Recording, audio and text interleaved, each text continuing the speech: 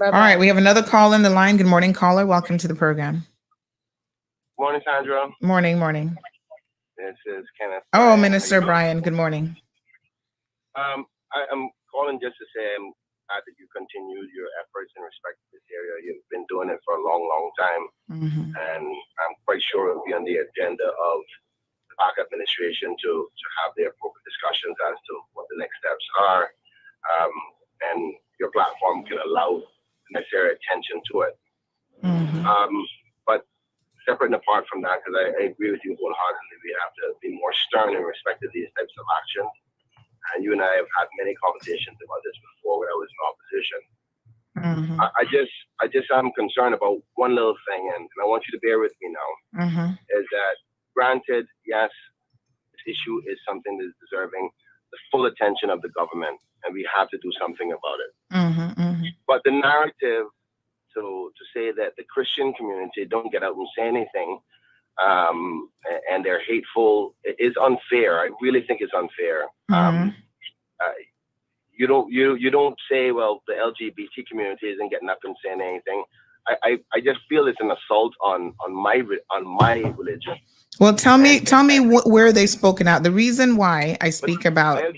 I agree that they haven't. Oh, okay. Because the reason why I speak about them is that they're protesting other things. This is the point. Yeah, but so they're out there protesting against other, people, and I don't see them protesting against abuses. And we all know, I think it's fair to say that we're very much aware of the role that the church has actually played in the abuse of children, because a lot of perpetrators use a religion and indoctrination in churches as their feeding ground to have access to people's children, even right here in this jurisdiction. So the schools, right? I mean, there's feeding grounds everywhere.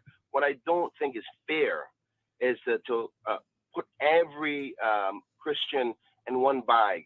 But I'm not doing that. I mean, the people who the cat fit should wear it. And you don't call out other groups. Well, let me break it down. Let me break this down to you this morning, Minister. I was just talking this morning about the Seventh-day Adventist Church, right? Who actually had a protest back in 2017 against the LGBTQ community. Who did they bring here? They bring someone who is known for his message being about, the control and abuse, basically, of children. Have you looked at the situation? Are you familiar with what I'm even talking about? Matter of fact, he was one of the known stars. I just watched it last night on TV, being sentenced for his unfortunate 19 siblings and being molesting his siblings. I haven't watched it, but that's not the point, though. That's not my point. My point is, it is the point. That's why these churches can't get the right message and focus on the right thing. No, not all churches are like that. And a church doesn't mean your religion sets you to be the definition of one or 10 bad apples. I mean, I feel like I honestly, the Christian foundation upon which my country was built, I feel like there's an assault every single day by you in respect to making a laughery or a jokery about the fact that we're Christian people. Nobody's perfect. Jesus Christ wasn't perfect. Right? Actually, he was. If you read the Bible, he was the only man that walked without any flaws. So he was a perfect man. Okay. I don't know. That's what my King James version said. Fine. From the human flesh perspective is what I'm talking about. My point is that it's not fair for you to lump it all in one. Nobody's perfect, right? But you don't take the same energy on the other groups who don't do things that are standing up against this very important topic. Are you sure? Because I'm taking the same energy with you MPs. I'm taking the same energy with you MPs all the time. You guys have failed us. Listen, we are allowed to take those licks. That's what we paid to get to do. But what I don't want you doing is constantly beating up on the Christian community just because you may not be in favor with them. That's not because not every Christian is like that, Sandra. But I don't know where you're getting that idea from, because I think you need to distinguish.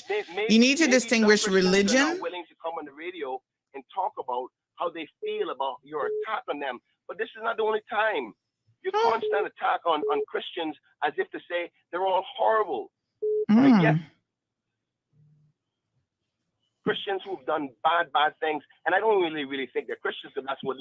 Well, then that's where you need to understand the difference between religions and a person who is a true Christian. Not everybody who professes to be a Christian.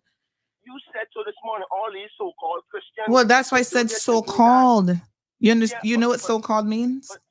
Yeah, I know what they're it means. Professing to be something that I clearly don't think that they are. Well, I'm asking you on behalf of those who are good to say more in line of, we know that all Christians are not like that, right? And that we respect those who do it right. Because it feels like an attack. You know how many Christians I talk to go, oh my God, it's like I can't even be a Christian in my own country. No, sir. It hurts. It hurts. I'm telling you, you can say no, sir, all you want. But I am honestly, and I don't even go to church every Sunday, right? But I know what my foundation is, and I feel that there's an attack on that. And sadly, I'm now taking the conversation away from a very important topic, because you're I wish you had this passion for talking about how you legislators are going to protect our children. That's what I'd love for you to speak on. The churches have power in this country more than any other organized group. Kenneth, Minister Bryan. You have the Honorable Premier coming on now. Why don't you speak on it? You are from a district, excuse me, Minister. You are from a district that has had some egregious cases. Remember that 80-something-year-old down from right down there in Swamped who was molesting his grandchild and raping and molesting her? Why don't I hear you speak out on these things? Forget about the churches. The churches can speak. They are powerful. They control you politicians. Tell me what you intend to do to protect children in this community right now on this Thursday morning. What will you do? Forget about the premier. He can speak for himself. You called in this morning. I want to hear what you plan to do. How will you champion this cause? I'm championing it right now by calling in the show. Which other ministers? You calling in defending churches? They don't need you to defend them. They have a captured audience, Minister. They have people who believe what they say no matter what they say. They really don't need you defending them. I want to hear how you will defend the voiceless children in this community who have nobody to speak up for them. That's what I'd love to hear. When I was in opposition talking about it with you publicly, I wasn't defending it, then that's okay. Your bias is fine with me. And you know that I will stand for any misjustice at all. And I'm fine with that. You can come after me. That's okay. But you also, well, Minister, you shouldn't be taking it personal, just like the churches shouldn't be taking it personal either. If you're going to go after the Christian community, yes, I will take it personal. I will take it personal, Sandra. Nobody else wants to tell you that, right? Because they're afraid of you. I'm not afraid of you. You shouldn't do that. Have a little bit of respect for the Christian community, please. Well, respect is earned. So the ones that earn it, I have all the respect in the world for them. Do you have the same empathy and respect for the gay community, like how you ban and bash Christians, which I think they're deserving of respect just as much? But it's there's no lesser or greater respect for people. Well, it doesn't come off that way when you talk about it on the radio. We appreciate the comments, Minister. I think I made my point. Yes. And I'm happy to come back and talk on your show about what the government is going to do. You have I sure hope so. Show, you can ask him about it as well, so we can do it as a collective group. Because all right. When you go out by yourself, then they say you're out by yourself. So you have the leader. You ask them what we are going to do as a group. Okay. All right. I appreciate it. Thank you so much. All right. We had another caller. I think they might have hung up, but do feel free to call back. Let's read some of the comments. Garrett says, when has Sandy ever attacked them? Mary says, Darlene, I like the Sandra Hill law. We got another caller. Good morning, caller. Welcome to the program. Yes, good morning. Yes, good sir. morning, Miss Sandy. Yes, sir. This is Dexter Bodden. Yes, my love. How are you? I would like to challenge the Honorable Minister to debate his Christian beliefs. What he needs to do is keep religion out of our government. That's what he needs to do. He does not need to be out here defending Christianity. You can He's imagine. not out here defending the Muslims. He's not out here defending the Jews. He's not out here defending the Buddhists. He's not out here defending anything else. He needs to keep his beliefs himself. I can respect everyone's right to their belief, but I do not have to respect what they believe. You have no evidence to prove any God ever existed, any Jesus ever existed. There's probably evidence of a person called Jesus that existed in those times, but he was not. It has not been proven that he was anything of any supernatural being or born of a virgin mother. It has not been proven, and he needs to get off of that horse. Lord have mercy. Bryan, you need to get off that horse. I know you do not want to have anything to do with me. You refuse to return my calls. You refuse to have anything to do with me. But I am here to challenge you, Kenneth Bryan, today to debate Dexter Bawden in regard to your religion and your right to use your religion in your government, in our government. I refuse to accept that. Thank you very much. Thanks, Mr. Dexter. What a hot mess. Venetia says the church is to be held to a higher standard because of what they represent. So Sandy, keep talking. Well, N.A. Smith is in agreement with Kenneth. They said, finally, someone speaks out. She's all about the gay community and abortion. Abortion? What? When have we ever talked about abortion on this show even? Oh, my God. Okay, N.A. Smith. But against the church. Bravo, Minister Kenneth. Let's see what other people think. Marshall says, did he just say that Jesus wasn't perfect? He needs to read the Bible. Lord have mercy. Really not trying to bash Christians, but what have they done in regards to child abuse? Well, he's at least agreed that they actually haven't done anything. They haven't protested on that, but they find time to protest on other things. That's all I'm saying. I mean, they are the church after all. We, as Venetia said, we have an expectation of them that they're clearly not living up to. Alejandro said it's not directed to one church. If the cap fits, wear it. Johan says holding any group accountable is attacking them when they fail to show consistency and do their jobs. Well, Carmelie says, wow. Kenneth Bryan, wow. Gabby says who the cap fits. Akina says, is this what he has strength for? Respectfully. Alejandro is asking why Kenneth is getting emotional, diverting the problems. Leanne Watler says true Christians don't sit down and dwell on what others have to say about us, as they know who they are in Christ. Clearly, feelings are hurt, and dirty conscience is why they feel attacked. Bink says we as a country suck when it comes to fighting and protecting our women and children. Alejandro says really weird people. I'm not sure what that means, but okay. Jamila says that's Joey's constituency. Don't hear from him. Listen, every single MP has an obligation to speak on this issue, right? Whether it's Joey, Kenneth, they all have child molesters in their constituencies, in their families, in the communities, in the churches, in the bars, everywhere. Vicky says, go ahead, Sandy, lick the nail on the head. Good morning to Miss Debbie. She says, I've had so many problems with her so-called Christians. Not all are bad, but I'm very weary of them. Vicky says, Kenneth, come on, answer Sandy. I'm not sure what question it was, but anyway, probably the one about, this is what you have the energy for this morning. The churches have a lot of power. They control politicians. Trust me when I tell you that, right? That's why half of them never went to church in their lives until they're looking to run for public office. And then they're knocking down church doors, trying to get the vote of the Christian community. So let's be very clear. Politicians know how to pander to and play with these churches. That is why the likes of McKeever Bush, even after he's been convicted of assaulting a woman, now he's being accused and charged with assaulting 2 more Caymanian women this time. We still have people down in Swamp, pastors jumping up on a pulpit talking about leave this man alone. This is what these so-called churches do. This is what leaders of religion do in this country. Right? Pastor, you know who I'm referring to. Can't remember your name now, but you know who you are. You're talking about, oh, leave McKeever alone until he comes and fills up your wife and your children, until he drags your wife by her hair and boxes her down when he's having another drunken stupor moment. Just because the man jumps up and sings in church choirs and can visit does not mean anything. And this is where I have a problem. Even in the face of wrongdoing, these churches still support politicians and others when they know they should not be doing so.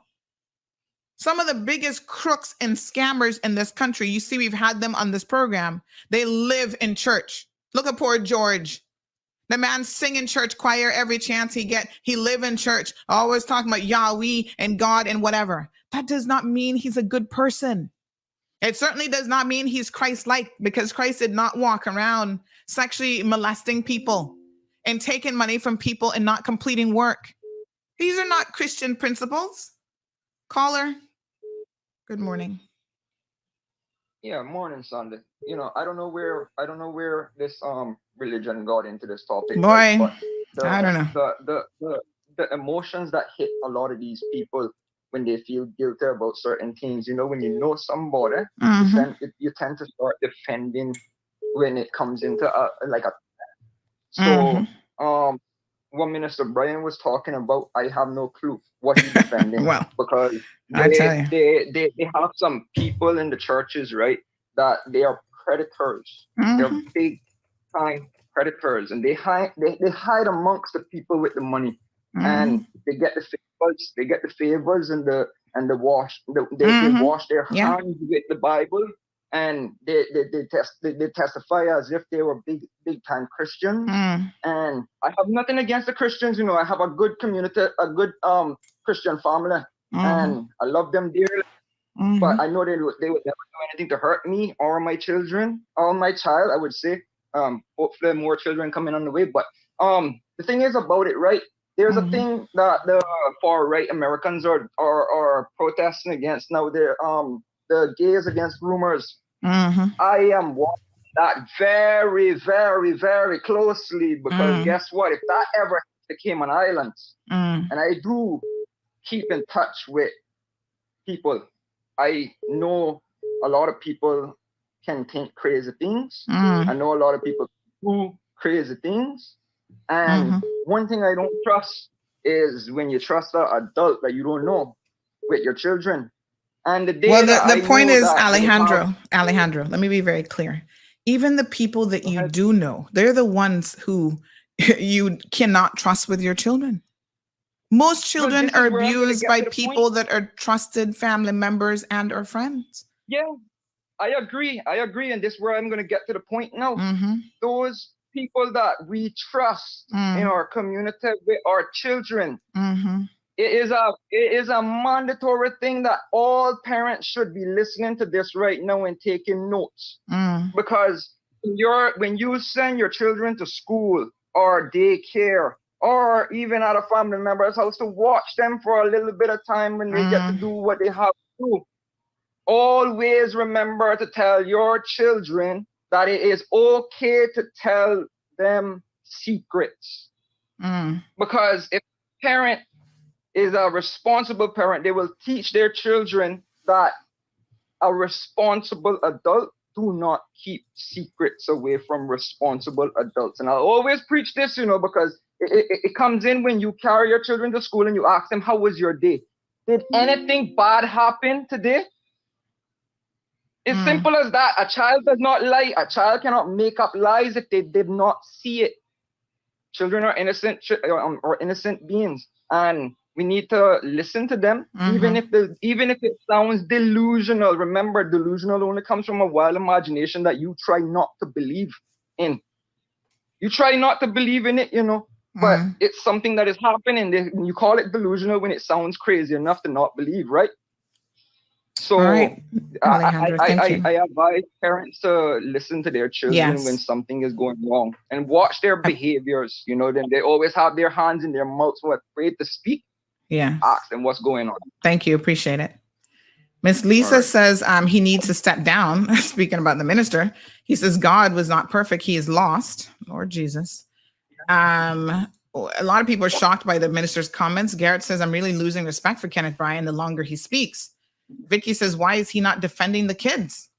Debbie says, disagree with Minister Bodden. Venetia says, come on, Kenneth. You're here getting emotional over something that was immaterial to the topic.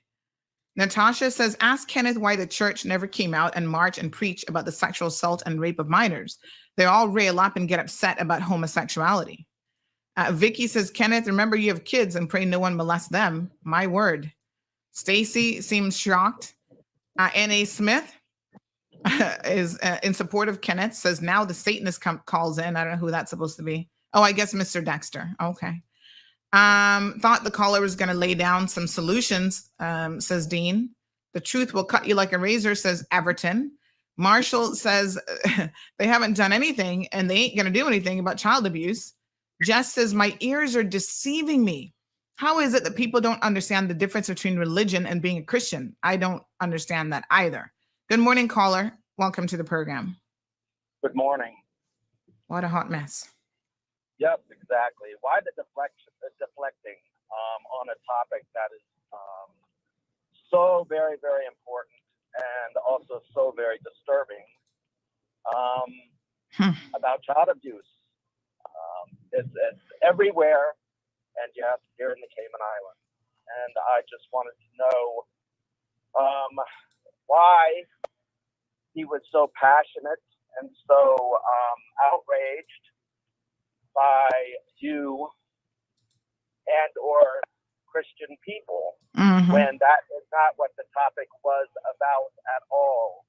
Where was his outrage for the children? Where was his passion when speaking about child abuse? I heard a lot of lip service. That's what I heard, just more lip service. Christian for convenience. If they want these laws changed, they can change these laws. They need to come together. They need to sit down. They need to get serious, and they need to make changes, not only in legislation but also in the judicial system. With people need to spend more time in prison, even if they, hard labor. We have plenty of quarries around here. Put them out there. Remember the old chain and gang? Well, people like this, that's exactly what they deserve. Hard labor. Yes. And I'm sorry, Sandy, that you were attacked in that way, because you do speak up, you do have a voice, and we do appreciate it. Thank you so much. And I just wish some of these MPs would remember their past. When they were younger, how they acted, what they did, how they treated women, how they bullied kids. Yeah, and some of them, to be clear, still doing it. That's why Chris Saunders got demoted. Y'all are missing. You're missing the elephant in the room.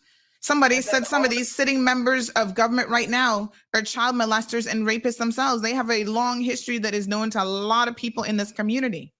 And yet the minister, since he wants to be, an advocate for the churches, he needs to try and tell me about his long-standing Christian beliefs. Why are you, Chris Saunders, number one BFF? So much so that you were contemplating tearing this very government apart so that you, Chris Saunders, and J.E. Banks could go form a government, knowing what the former deputy premier and minister has been accused of by members of the civil service and women in this community.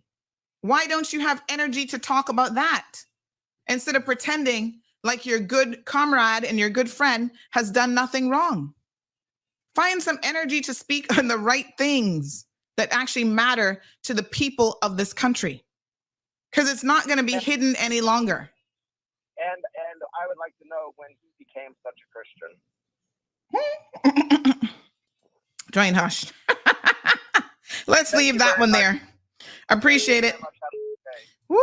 See, listen, this show has gone off the rails this morning, but we're going to go with a little bit. I am respectful that we do have minimum wage coming out. We have the poor premier who's been patiently waiting, but Premier Panton, with all due respect, we need to have this conversation, because some of your so-called ministers, they're ministers of government, not ministers of the church. And like that last caller said, they need to try to think about their own actions, both past and present. Good morning, caller. Yes, good morning again, Ms. Sandy. Yes, sir.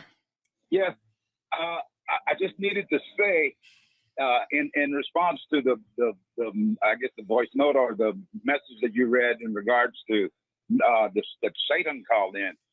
It's sad that Caymanian people hasn't taken the time to listen, nor to view other people's beliefs and other people's view of religions, and reason and rational thinking and logic and all of those sorts of things. You're not supposed to question the Bible. You're just supposed to have faith. What's wrong with our people? I don't, Mr. Dexter, we can anything else other than what they've been. Yes, we can, Mr. Dexter, what I want to do is we can have this conversation another day. I really want to keep this focused on what we were actually talking about, which is the child abuse of our children. But we appreciate, we appreciate your comments. Had he not called in defending Christianity within his portfolio of the government, I would not have called in. Thank you, my dear. Appreciate it. He needs to keep the government, and this is to the premier as well.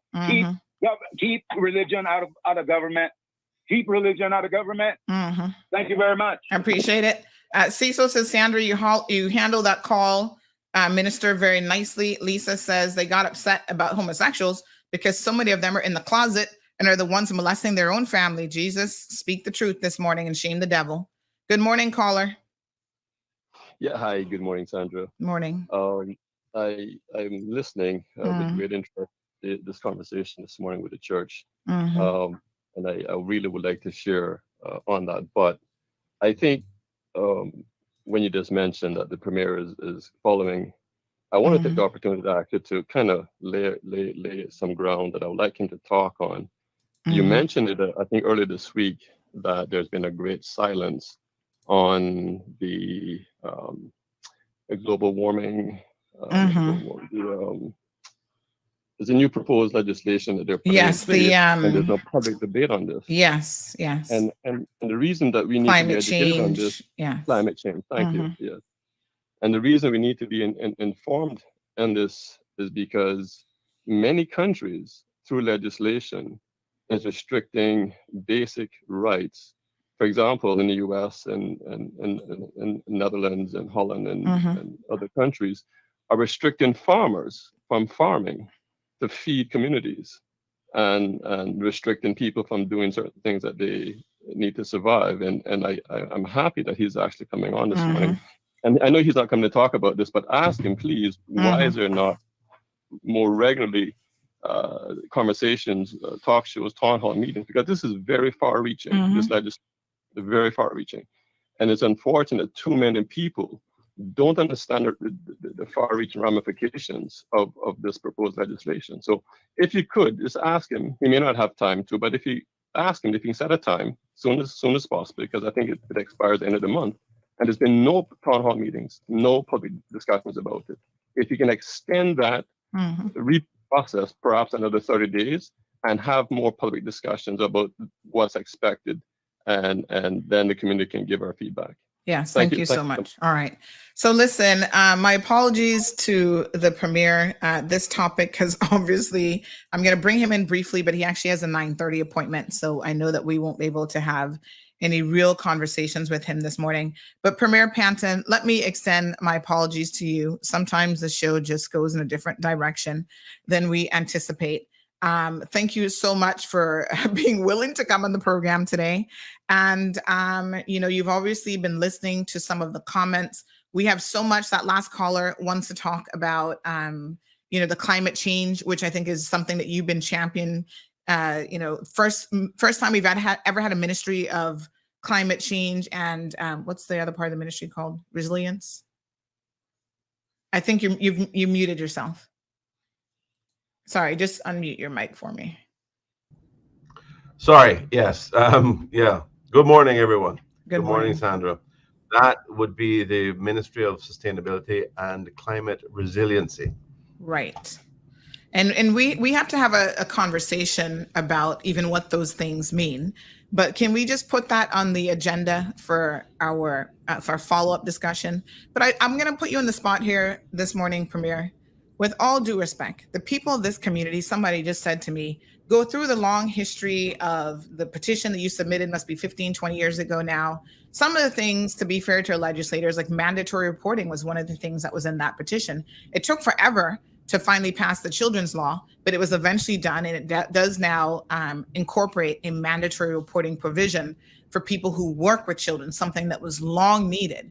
Why is it that our children in particular, we have legislation, financial legislation, anti-money laundering legislation, COVID legislation, there's so many things that take priority in terms of the passage through the Legislative Assembly. These MPs jumping up about, they want a motion about interest rates and about this and that. They've never brought a motion, and I shouldn't say never ever, because I don't like to use these exclusive terms, but you don't hear this being on the agenda or in the tongues of any of these MPs. Where does your government, your minister, put you in the hot seat? He said the premier is coming on, you ask him so we can do this collectively. Why is there a resistance to protecting children in particular? Why don't we have a sex offenders registry? The Attorney General has said, yes, we need one, but he can't figure out how to implement it. Why is this such a difficult area? The community, mothers, fathers, aunts, uncles are saying, give us something legislatively to try to protect our children. Here's a guy, and I don't think you're probably listening to the show, but this kicked off because a man by the name of Kason Ricardo Holness appealed his sentence of a mere 33 months for child pornography. I was personally involved in this, and that the video was shown to me, brought to my attention. I immediately contacted the police. They asked me to download the video. I gave it to them, and that's how they were able to prosecute and charge this man. Right? We all have a role to play in protecting children, even children that I don't know who that baby was. I don't know what jurisdiction that child is in. But when are governments, when are you, when are the other MPs going to get, as Mr. former deputy, he always likes to talk about testicular fortitude. He doesn't seem to have very much himself for the topics that matter. Tell us, what's your position on protecting your children? And when can we see some real legislative changes in this regard? Yeah. Sandra, I feel like I've dropped into the middle of a really hot discussion this morning. But it started off very importantly based on what you've just been outlining. And these are concerns around the protection and ensuring safety of our children. There can be no more important thing than that. I mean, we have existing legislation clearly that is designed to prevent the abuse of children, is designed to allow the prosecution of people for everything, including what you've just outlined, the possession of something as sick as and the sharing of something as sick as child pornography, or even something that relates to the abuse of children, or the exposure of children to different issues like that. This is an issue that we're all going to be concerned about at all times. We are clearly not afraid of dealing with difficult issues. I mean, one of the things that I brought forward is a sexual harassment bill. But of course, that may be relevant to younger people as well. But it's specifically more relevant to interactions of adults where there's unwanted engagement and pursuit. But this situation with children is something that I can give you a commitment that I will have the conversation with the Attorney General on to understand exactly where we are with that. I know that, and I think several people have acknowledged, including the minister that called in, acknowledged that you have been championing this issue for a long time. I remember, I don't know how long it's been, but I remember having conversations with you about it probably 8 or 10 years ago at least. So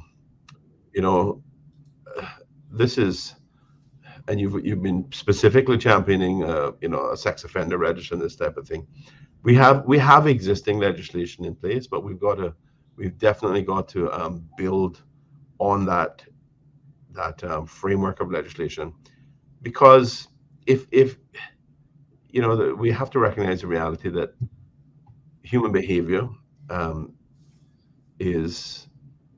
doesn't change very much. We have the same flaws in human nature that we had, you know, 100 years ago, 50 years ago, 15 years ago. We have those same flaws today. Problem is that we have so much technology today that can amplify the abuse. So I absolutely agree that we need to make sure that legislation is brought up to date, that is current, that reflects current circumstances, and I agree that we should have a very clear discussion about what is needed today in order to ensure that we properly protect our children, or best protect our children. Mm-hmm. As you know, I am an advocate for the interests of children. I'm an advocate for the mental health of children in particular. Mm-hmm. But that is, you know, there's nothing more important. And I think I referenced that in a message that I sent around on Father's Day on Sunday. There's nothing more important in our lives than being strong fathers and advocates for our children, and that includes the protection of our children. So I will have the conversation with the Attorney General when he returns. Those provisions, all these provisions dealing with you know, the prosecution of individuals that are abusers, fall within the penal code, and that is typically handled by the Attorney General. But there's nothing to say that I can't deal with it as Premier either. But I'll have that discussion with him. We are working currently on a number of amendments to legislation dealing with child protection, but that is more that's less on the criminal side. The criminal side really falls under the penal code. So I'll have that conversation with the Attorney General. To be honest, I can't recall whether he has ever articulated his view or position on a sex offenders register and that type of thing. Well, I'll help you out in that regard, Premier. At one point, he has said that he supports it. So yeah, I think at that one means point that, he you know, said that that will make the conversation easier. Yeah, at one point, the initial conversation that was coming from him is that, oh, it's going to be so difficult because we're such a small jurisdiction. And, you know, there's this idea of, oh, you know, we want to protect the children, but we're doing nothing to protect children, to be very, very clear. And you know, I want people to understand it's I don't think that's completely accurate though, Sandy, to be fair. No, as I said, we do have legislation in place, but yeah, well, what I'm saying, but you're right that we need more, we and do not have just legislation. Evolve that. The sentencing, for example, right? To think that someone could get 10 years for possession of a firearm, which is a very serious offense, but you can destroy the lives of children. Talk about mental health. Most people who have severe mental health issues, when you look at their background as children, they were abused, right? This is a I agree with you, issue. Sandra. Let me tell you a little quick story, right? One of my, a close friend, right? A close friend, just over the last few years, this person is very mature, well educated, well put together, somebody that you would believe is a tower of strength, and somebody who is a powerful figure in society. In a conversation, this person breaks down and tells me that she was abused as a young girl multiple times by different male figures in her life. You know, I sat there, and it's difficult to talk about because I can tell you that I sat there and I cried. I cried because I realized that there's so many of us that go around that have been exposed to this kind of situation, have been injured and damaged by this kind of situation. And it is such a burden, even for those people who manage to overcome it. It is such a burden for them to carry on in their lives, and that should not happen. It should not happen. And we have seen too many circumstances where this type of thing happens. It's brushed under the table or the carpet or the rug or whatever you want to do in terms of hiding it. These things are real, they happen, and we have to stop it. We have to find ways to put in place the mechanisms to prevent it from happening, and to hold people accountable when it does happen. Because when I see these people, when I see people who are what I consider to be very strong, educated people, and I finally see their pain because of issues like this, you realize that it is probably way more prevalent. And it means that we've got to do a much better job of addressing this. We've got to confront this issue. Well, Premier, I know that you guys have a number, and you've got to go here. You've got a number of working groups and committees. We're going to see the National Wage Committee come up next. Might I make a recommendation that you put together, as a matter of urgency, put together a committee around this issue? Because there's it's a 360 approach that's required. So victims, especially child victims, but all victims, need more access to counseling services at no charge, because one of the roadblocks that they always hit is that they can't afford to be sending their children to counseling, but the children need the counseling. There's the penal side of things, which we have been discussing, but that's not everything. But that needs to be, we need to increase sentencing. We need to look at mandatory and minimum sentencing for certain types of offenses. But we need to look at just prevention. Like mental illness, just like mental health issues, this is one of those things that we have got to come to grips with as a society, and accept that it is real, and that it is real harm to our children. That it's not something that they get over in 6 months. Exactly. It's not something that they get over in 5 years. They take it through their entire lifetimes, and those are not burdens that people should have to carry. Life is hard enough. Life can be hard enough as it is. So I agree with you. Prevention. I